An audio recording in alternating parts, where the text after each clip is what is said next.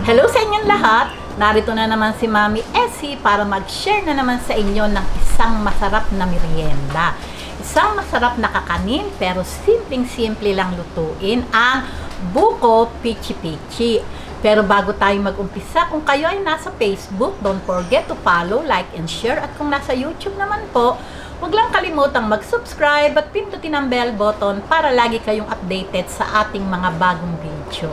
Ngayon, narito po ang ating mga kakailanganing sangkap. Sa paggawa po ng buko pichi-pichi, kakailanganin po natin ang 1 kilong kamoting kahoy. Ito po, ipakikita ko sa inyo kung paano ko po iginadga dito lang po sa gadgara ng cheese o keso. Gagamit po tayo ng 1 cup sugar, 1 cup water.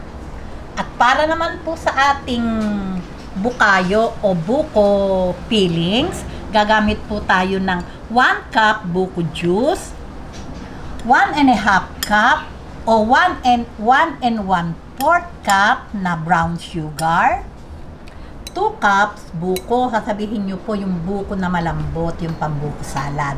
At para naman po sa ating pang-coating, ito po yung kinayod na niyog, sasabihin din po natin yung mura lang para mas masarap siya. Okay, umpisahan na po natin. Ipakikita ko muna po sa inyo kung paano gadgarin yung ating kamoting kahoy.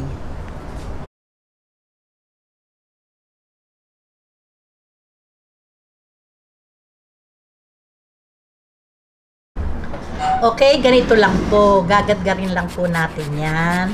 Ayan, ganyan lang po. Yung po, meron po ito, pag biniyak nyo po itong ating kamoting kahoy, may matigas po yan sa gitna. Yung pong nahan dito, nakalubog po, tatanggalin po natin yon kasi makakain po natin yon medyo matigas. Ayan, ganyan lang po.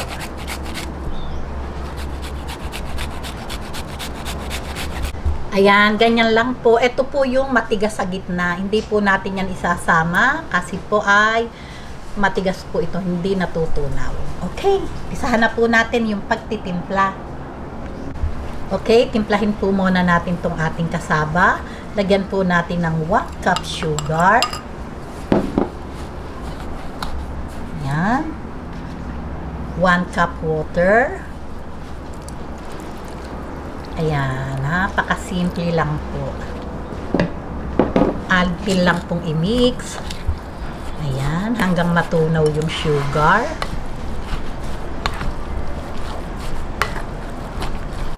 Ayan, ngayon po, eto, mix na po ito. Okay na po ito. Ayan. Ngayon po, umpisahan po natin yung pagluluto ng buko peelings o bukayo peelings. Ngayon, umpisahan na po natin yung ng bukayo peelings.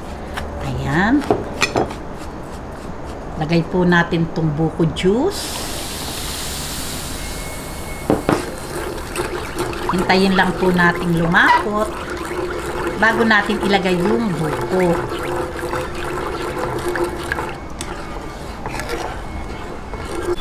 Ayan, kumukulo na po. Intayin lang po nating lumapot pa bago natin ilagay yung buko. Ayan, pagka po ganitong medyo malapot na po itong ating syrup, lalagay na po natin itong ating buko. Ayan.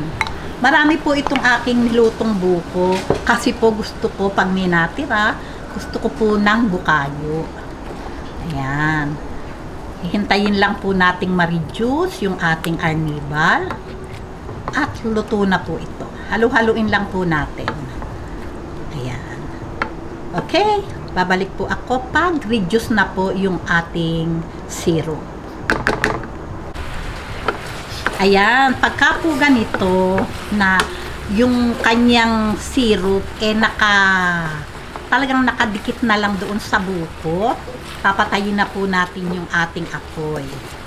Ayan, ganyan na po. Malapot na yung ating syrup. Ayan, patayin na po natin. Ayan, ngayon po, ito po yung ating gagamiting molders. Large po itong aking gagamitin. Umpisahan na po natin yung paglalagay. Ayan. Lagyan po natin. Lagyan po natin ng palamang buko para po talagang yummy. Ayan. Masarap po, may palaman sa loob. Talaga naman pong ayan. O, diba? Ganyan lang po yung ating gagawin.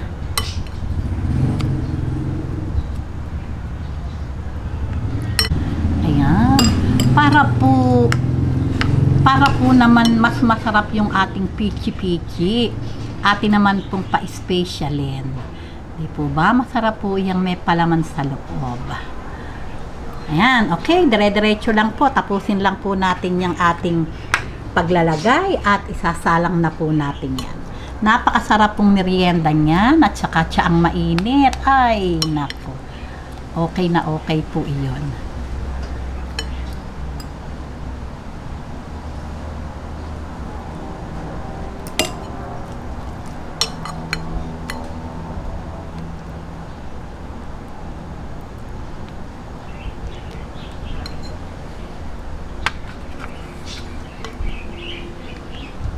Ayan, heto na po, nalagyan ko na po lahat. Ngayon po, i-steam na po natin to. Nagpakulo na din po ako ng tubig sa ating steamer. Okay. Okay, ngayon po, i-steam po natin to ng 20 to 25 minutes sa medium heat lang po na apoy. Ayan.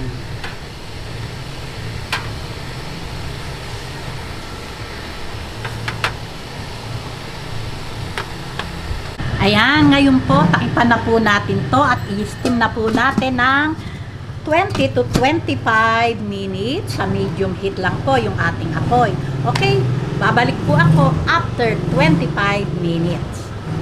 Ayan, after 25 minutes, heto na po at papatayin ko na po yung ating apoy. Ayan, okay. Palalamigin lang po natin ng bahagya bago natin siya igulong sa kanyang coating. At tatanggalin po natin sa molder. Okay, babalik po ako. Ayan, kaya ko po kasi pinalamig tong ating pichi-pichi. Para po pag ginulong natin sa niyog, pag po kasi mainit, may ano pong mapanis kaagad yung ating niyog. Ayan, o, napakakunat po. Ayan, ganyan lang po yung ating gagawin. O, diba? Napakaganda. Ayan, tatanggalin lang po natin.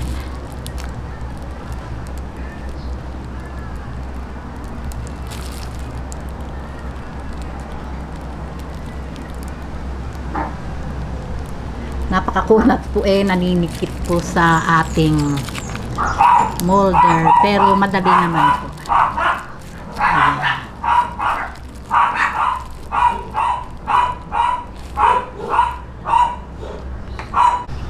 Ayan, heto na po ang ating napakasarap na buko pichi-pichi o buko bukayo pichi-pichi. Ayan, iyan na po iyon. O di po ba, mukhang napakasarap naman talaga at katakam-takam. Ngayon po, tikiman na po tayo. Okay, ngayon po, tikiman na po tayo. Okay, tikman na po natin. Oh, talaga naman pong yummy.